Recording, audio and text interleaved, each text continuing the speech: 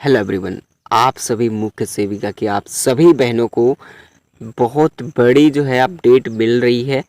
जैसा कि आज हमें एक नई एनालिसिस के थ्रू एक नई अपडेट मिली है, एक नई सूचना भी प्रोवाइड हो रही है कि जो आप एलिजिबिलिटी क्राइटेरिया को लेकर के बात कर रहे थे, उस संदर्भ में जो आपके क्वालिफिकेशंस हैं, यानी कि उसके अकॉर्डिंग आपका फाइनल सिलेक्शन हो पाएगा या नहीं हो पाएगा। और सबसे बड़ी बात यह है, कट ऑफ को लेकर के बड़ा संशय बना हुआ है आप सभी के माइंड में कि कट ऑफ क्या जाएगी। इसके बाद में मैंने काफ़ी बार जो है, आप जब से आपका एग्ज़ाम हुआ है, कई बार मैंने आप सभी को आपके डाउट्स को, आपके संदेह को क्लियर करने की कोशिश की है, लेकिन फिर भी आप लोगों के डाउट्स बहुत ज़्यादा थे। लेकिन साथियों, एक जो अपडेट मिल रही है, अगर उसको देखा जाए, उसको लेकर के एक रीज़न बनाया जाए, तो कहीं ना कहीं आप सभी की जो कट ऑफ है वो एक डर बना हुआ है कट ऑफ का कि ज़्यादा जाएगी ज़्यादा जाएगी। तो बिल्कुल भी ऐसा नहीं है कि आपकी कट ऑफ इतनी हाई चली जाएगी कि आपका सिलेक्शन नहीं होगा। लेकिन आप लोग ये नहीं सोचते कि कैंडिडेट्स इतना ज़्यादा नहीं थे कि आपकी कट ऑफ ज़्यादा जाएगी। इसके पीछे का रीज़न मैं आपको क्लियर कर देता हूँ, और ऑफिशियल आंसर की को लेकर के क्या मिथ बना हुआ है कि कट ऑफ को लेकर के बहुत ज़्यादा डिफरेंस होने वाला है ऑफिशियल आंसर की के थ्रू। अभी आपको क्लियर कर दूँगा, बस वीडियो में एक भी थोड़ा सा भी स्किप मत करना प्लीज़। आप सभी वीडियो को इन तक देखिएगा। देखिए, तो एक एक पॉइंट्स को, मेरी बातें को सुनना, क्योंकि हर एक वीडियो में, मेरी हर एक पूरी वीडियो में इन्फॉर्मेटिव चीज़ें होती हैं, लेकिन मैं चीज़ों को रिपीट करने की कोशिश करता हूँ ताकि आप तक किसी चीज़ों को पहुँचने में प्रॉब्लम ना हो। देखिए, जो हम लोग सोच रहे हैं कि कट ऑफ क्या जाएगी क्या नहीं जाएगी, तो एक मिथ आपको जो सबसे बड़ा रीज़न बना हुआ है कट ऑफ को लेकर के, तो मैं आपको सारी चीज़ें क्लियर कर देता हूँ कि कट ऑफ क्यों ज़्यादा नहीं जाएगी। आप लोगों को, काफ़ी लोगों को एक चीज़ पता होगा कि आप देखो कि करीब 35 लाख के आसपास कैंडिडेट्स ने एग्ज़ाम दिया है, ठीक है। अब इनमें से क्या है, इन सभी अभ्यर्थियों में सभी लोग ऐसे क्वालिफिकेशंस के भी नहीं है। मेरी बात ध्यान सुनना, इनमें से एवरेज जो पढ़ने वाले हैं, अब यहाँ पर मैं पूरा डाटा निकाल देता हूँ।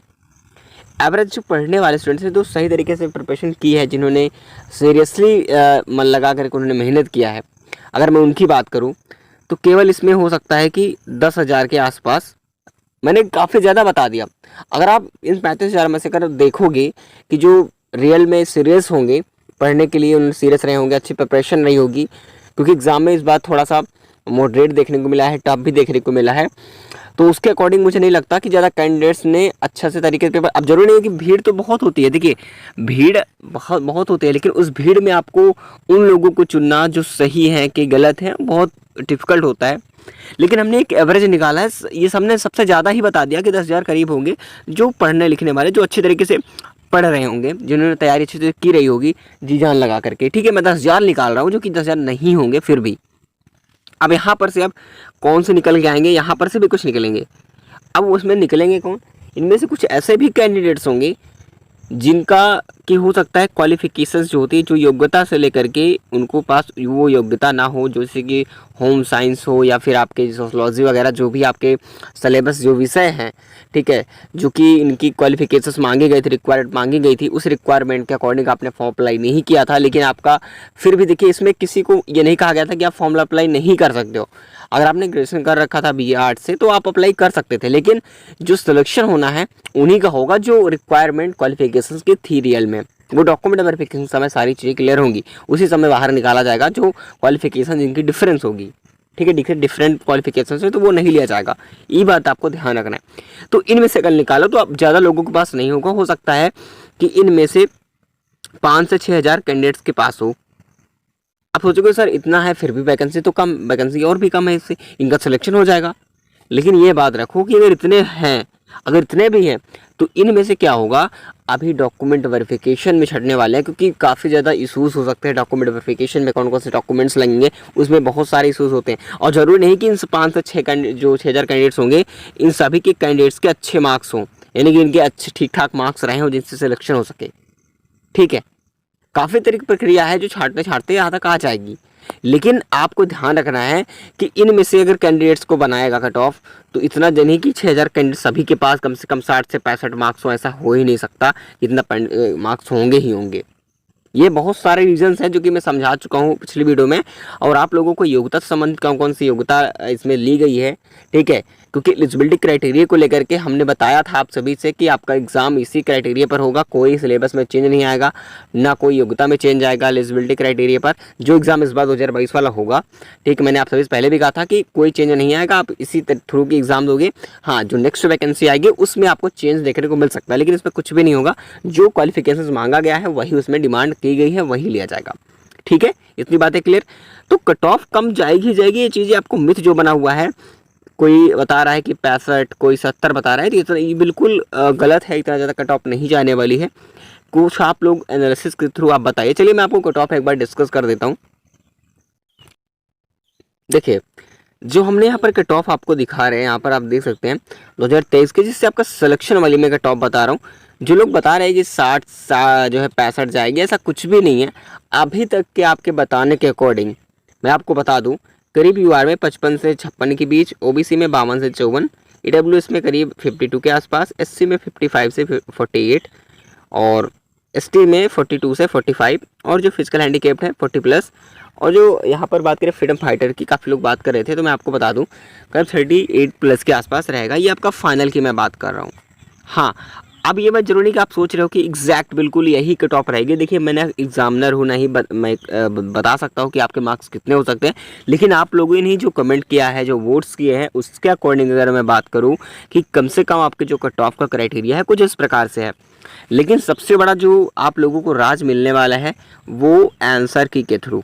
जब आपकी ऑफिशियल, देखिए, आप तक आंसर की आ जानी चाहिए, क्योंकि यूपी ट्रिपल में कभी भी एग्जाम होता है तो नेक्स्ट डे आपका आंसर की आ जाता है। आपने देखा होगा यूपी पैट में अगर आंसर की बात करें तो नेक्स्ट डे आपको आंसर की मिल ही जाती थी। लेकिन क्या यूपी ट्रिपल सी सभी एग्जाम्स में ऐसा होता है? तो होता है, लेकिन हो सकता है कुछ डिले रहा हो, थोड़ा सा कुछ बारीकियाँ चेक कर जा रही हूँ, तो बहुत सारी हो सकती है समस्याओं को लेकर के ऐसा हो, इसलिए थोड़ा सा डिले हो रहा है। हालांकि आपका जो आंसर की है वो देखने को बहुत जल्द मिल जाएगी। ठीक है, तो हमने ये कहा कि जो ऑफिशियल आंसर की है आप सभी की, ठीक है, ऑफिशियल आंसर की, इसके आने के बाद आपको हर एक जो डाउट बना हुआ है, ये सारे डाउट आपके क्लियर हो जाएंगे। ठीक है, क्योंकि ऑफिशियल आंसर के आने के बाद जो लोग उड़ रहे हैं कि 70 में अपनी फ्लाइंग किस बना रहे हैं अपने आप को, ठीक है, यही देख लेना, 70 वाले भी अगर 50 से 55 के बीच ना आए तब कहना, क्योंकि ऐसे कहना और वो बात अलग होती है। अगर आप में हमारे जो सेकंड शिफ्ट में होंगे, मैं आपको बता दूं, सेकंड से फर्स्ट शिफ्ट दोनों का मैंने एनालिसिस कराया था, वो वीडियो नहीं देखी, देख लेना, आपको वहीं से सारी चीज़ क्लियर हो जाएंगी। आपके मार्क्स कितने में हैं ही, एक्चुअली भी कितने हैं, क्योंकि 1/4 की निगाह टू मार्किंग भी आप निकालेंगे तो सारी चीज़ें आपको साफ साफ नज़र आएंगी। ठीक है, लेकिन जो हमने बताया आपको ऑफिशियल आंसर की के थ्रू, वो सारे डाउट्स क्लियर हो जाएंगे। वो सारी जो हवाई आपको फायर दिखाई देती रही है कि हवाएं जो मार रहे हैं, वो सारे एनालिसिस के थ्रू सारे क्लियर हो जाएंगे। आप लोगों को हकीकत पता चल जाएगी कि जो कट ऑफ रहने वाली है, ठीक है, कि वो कट ऑफ क्या रहेगी। तो आप लोग घबराइए नहीं। अब मैं आपको नेक्स्ट स्टेप के बारे में बताता हूँ। जो आपका नेक्स्ट होता है वो होता है डीवी। अब डीवी क्या होता है? डॉक्यूमेंट वेरिफिकेशन, जिसे आप लेख परीक्षण कहते हैं।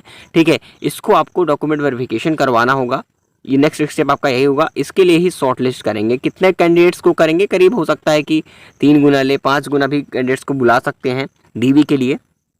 ठीक है, जिनका रिजल्ट आएगा, ठीक है, उतने में आपका डीवी के लिए देखिए कितने लोगों को बुलाते हैं, वो सारी चीज़ में क्लियर हो जाएगी। ठीक है, तो आपका अगर आप कहोगे कि डॉक्यूमेंट्स क्या क्या लगेंगे, तो मैं आपको डीवी के लिए डॉक्यूमेंट्स क्या लगेंगे इसके ऊपर मैं नेक्स्ट वीडियो में डिटेल्ड में बता दूंगा, लेकिन आप कहोगे तभी।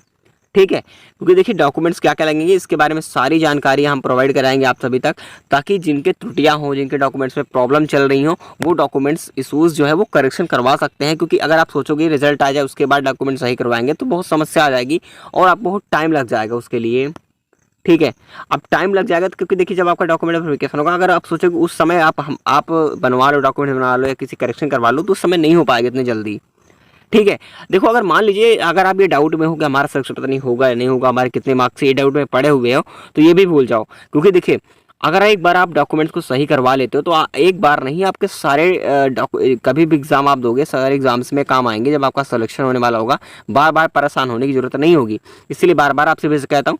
बाकी चलिए, मैं आपको ज्वाइनिंग तक प्रॉमिस करता हूँ कि आपका हर एक अपडेट, हर एक प्रॉब्लम्स को दूर करूँगा। जो भी छोटी छोटी इन्फॉर्मेशन होगी आप तक प्रोवाइड करने के प्रयास करेंगे, ठीक है। बाकी आप लोग अगर चैनल से जुड़े होंगे, आपने सब्सक्राइब कर रखा होगा तो आप तक नोटिफिकेशन जरूर पहुंच जाएगा, ठीक है। बाकी वीडियो को एक बार लाइक कर दीजिए सभी लोग प्लीज़, हमें भी मोटिवेशन मिलता रहेगा। बाकी चलिए मिलेंगे नेक्स्ट इन्फॉर्मेशन में, तब तक के लिए जय हिंद जय भारत।